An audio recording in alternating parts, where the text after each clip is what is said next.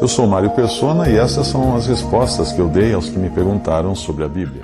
Aqui esse capítulo 5 de Tiago, até o versículo 6, ele é bem negativo, né? As suas admoestações. Depois do versículo 7 em diante, muda um pouco a conversa aqui. Mas aqui até esse capítulo 4 de 1 Tessalonicenses, é quando ele já dá algumas instruções finais, depois vai seguir o capítulo 5, mas aqui ele nos faz lembrar duas coisas importantes, né? A santificação, que é a vontade de Deus para nós, e também o arrebatamento da igreja e a ressurreição dos santos. Duas verdades preciosas que são tão esquecidas na cristandade hoje. Então ele começa com a palavra finalmente, para dizer que ele está terminando essa carta, capítulo 4, versículo 1 de 1 Tessalonicenses. Finalmente, irmãos, vos rogamos e exortamos no Senhor Jesus, que assim como recebestes de nós, de que maneira convém andar e agradar a Deus, assim andai, para que possais progredir cada vez mais. O que ele está falando aqui tem a ver com a santificação. É muito interessante nós lembrarmos que nessa primeira parte aqui do capítulo, ele vai já falar das três pessoas da Trindade.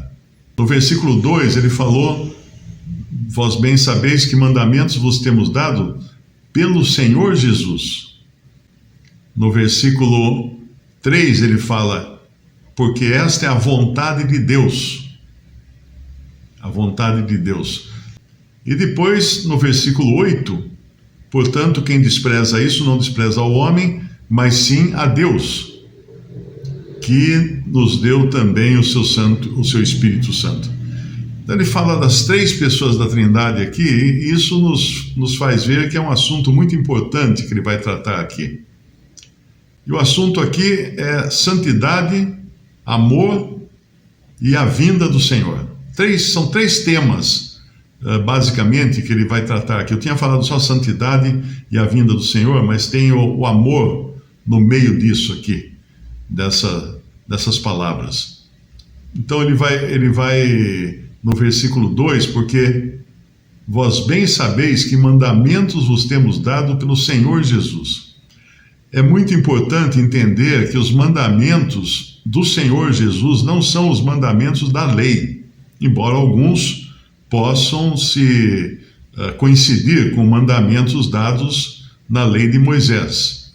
Nós temos nós temos aquela passagem de João que fala que a lei foi dada por intermédio de Moisés, a graça, porém, veio por Jesus Cristo. Então, quando você lê mandamentos nas cartas, não pense necessariamente na lei, porque são mandamentos de Jesus, do Senhor Jesus. Como Paulo vai falar em 1 Coríntios capítulo 14, né? Quero que vocês saibam que as coisas que eu vos escrevo são mandamentos do Senhor. E ele vai falar mais desses mandamentos também em 1 João, né? João vai falar em 1 João, 2 João e 3 João. Ele vai falar bastante desses mandamentos. E esses mandamentos, o ápice deles é o amor. O objetivo deles é o amor. No capítulo 4, ele vai tratar desses três assuntos que eu falei, né? Basicamente, santidade, ele vai falar do versículo 1 até o 8, ele vai falar de santidade. Ele vai falar de amor, do versículo 9 até o 10, e depois do versículo 13 ao 18, ele vai falar da ressurreição e da vinda do Senhor Jesus. E entre uma coisa e outra, ele vai falar de comportamento, que comportamento nós temos que ter. E esse capítulo 4, então, ele inicia com com Paulo insistindo para que, da maneira como convém andar e agradar a Deus, no versículo 1, de que maneira convém andar e agradar a Deus, assim andai, para que possais progredir cada vez mais. A palavra progredir, nós temos que lembrar, não é no sentido de sermos mais salvos do que já estamos. Porque no momento em que uma pessoa crê em Jesus Cristo como seu Salvador e Senhor, ela tem o completo perdão dos seus pecados, ela recebe a vida eterna, ela é agora nova criação. E isso é irreversível. Você não vai conseguir sacudir de si mesmo essa nova atribuição que Deus lhe dá como filho. Como filho. Um filho, ele é filho, não importa se ele é um filho obediente ou desobediente, ele é filho.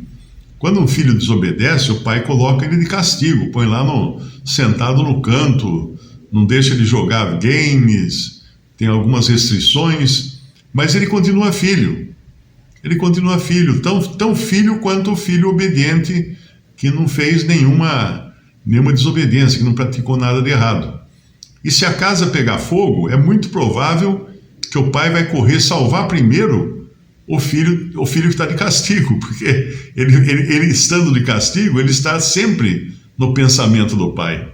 Assim é com o pai natural, assim é com o nosso pai celestial.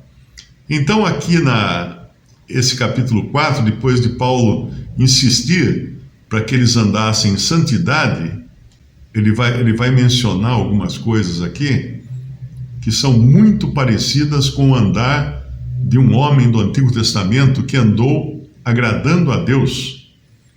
E andou tão perto de Deus que chegou um dia que o Senhor falou para ele assim, falou: Enoque, agora que você está mais perto da minha casa do que da sua, por que você não aproveita e já fica aqui? Essa era a historinha que o irmão costumava contar, né, sobre Enoque. E se a gente olhar lá em Gênesis, no capítulo 5, versículo 24, diz assim: andou Enoque com Deus, e não apareceu mais, porquanto Deus para si o tomou. Olha só. Imagina que susto, Enoque estava andando e de repente ele se viu na presença de Deus. E também em Hebreus capítulo 11, nós vemos o porquê, a razão de Enoque ter sido levado embora desse mundo. Hebreus capítulo 11, versículo 5. Pela fé, Enoque foi trasladado para não ver a morte, e não foi achado, porque Deus o trasladara, visto como antes da sua trasladação, ele alcançou testemunho de que agradara a Deus. Ele foi levado embora porque ele agradou a Deus. E mais uma vez aqui em Gênesis 5:24, né, foi falado isso. Deus o tomou. Então o apóstolo Paulo está falando aqui da importância desse andar com Deus, o andar em obediência a Deus, para ter santificação prática. No versículo 3 ele fala isso. Porque esta é a vontade de Deus, a vossa santificação, que vos abstenhais da prostituição. Mas falando primeiro dessa primeira parte do versículo 3, a vontade de Deus é a vossa santificação. Lembre-se sempre que santificação é um processo. A santificação prática, pelo menos, é um processo. Porque nós temos 3 aspectos da santificação. Nós somos santos quando cremos no Senhor Jesus, somos feitos santos. Tanto é que todas as cartas são escritas aos santos irmãos que estão na cidade e tal. Já somos santos a partir do momento em que cremos no Senhor. Depois você tem a santificação prática e progressiva, que é essa que ele vai falar aqui, né? A vontade de Deus, a vossa santificação. Nós vamos nos santificando dia a dia através da comunhão com Deus, através da leitura da palavra, da oração, da comunhão com os irmãos. Então é um processo. Mas nós temos também a santificação perfeita, que é da nossa posição agora do Senhor, diante de Deus. Deus nos tornou santos. Tem um versículo até que eu acho que é os Efésios capítulo 1, versículo 4, ele diz assim: como também nos elegeu nele, antes da fundação do mundo, para quê? Com qual objetivo? Para que fôssemos santos e irrepreensíveis diante dele em amor. Foi para isso que fomos eleitos. E em Colossenses capítulo 1, ele vai falar mais ou menos a mesma coisa, no versículo 22 de Colossenses 1, no corpo da sua carne, pela morte, para perante ele vos apresentar santos e irrepreensíveis e inculpáveis. O que é inculpáveis? Que nenhuma culpa pode ser atribuída a nós. Você já pensou que nós não vamos passar pelo juízo final?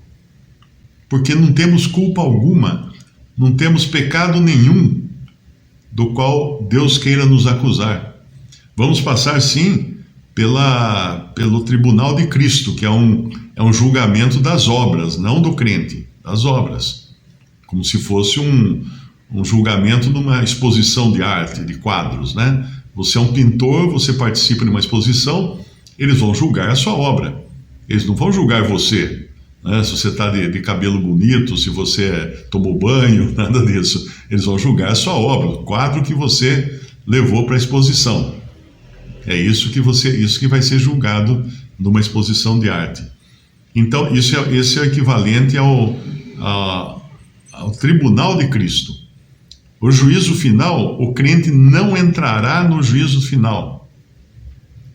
Quem ouve a minha palavra e crê naquele que me enviou, tem a vida eterna. Não entrará em julgamento, não entrará em juízo, mas passou da morte para a vida. É isso que nos prometeu o Senhor em João capítulo 5, versículo 24.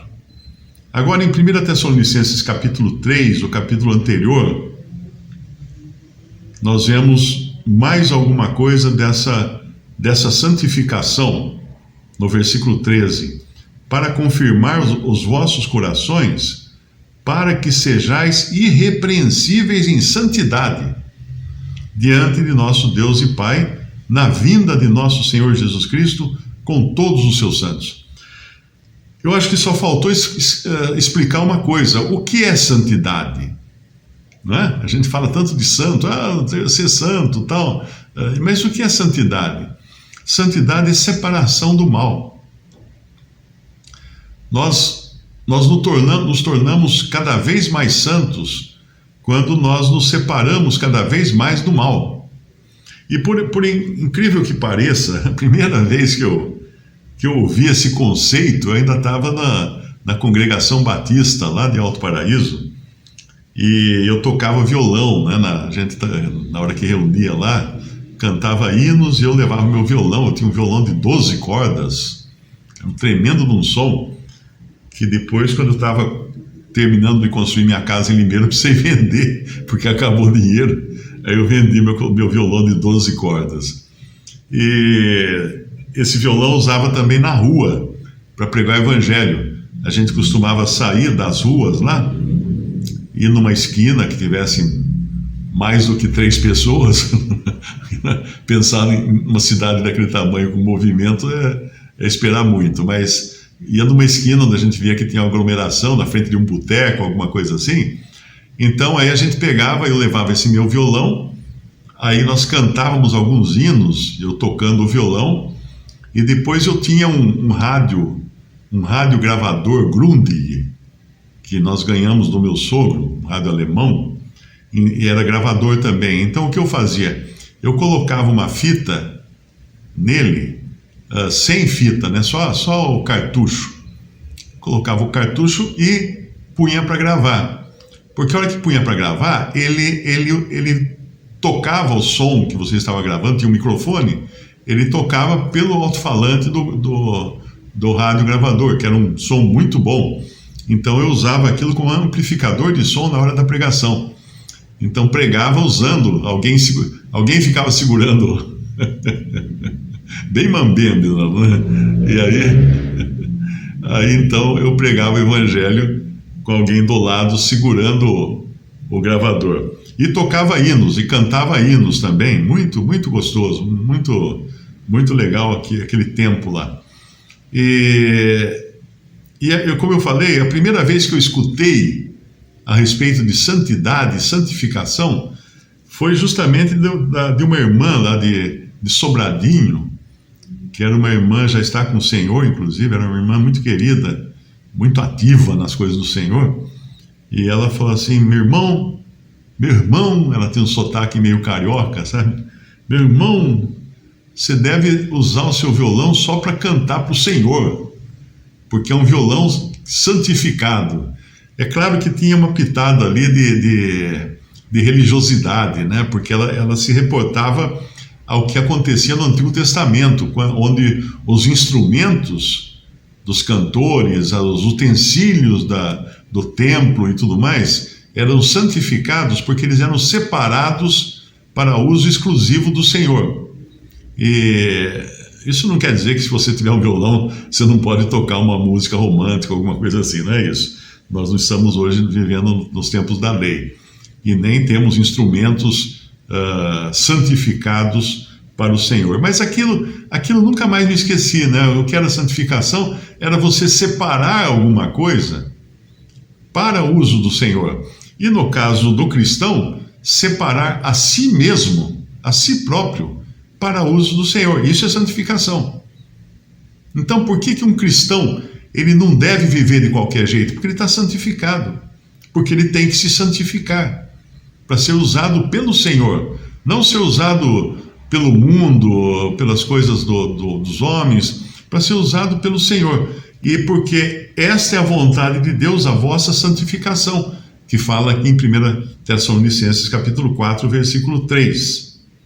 Então a santificação nos separa do pecado, nos separa do mal. Então é para isso que nós pensamos em santificação. Então viver em santidade é viver uma vida de separação do mal. Basicamente é isso. Visite respondi.com.br. Também 3minutos.net. Baixe os e-books ou adquira os livros.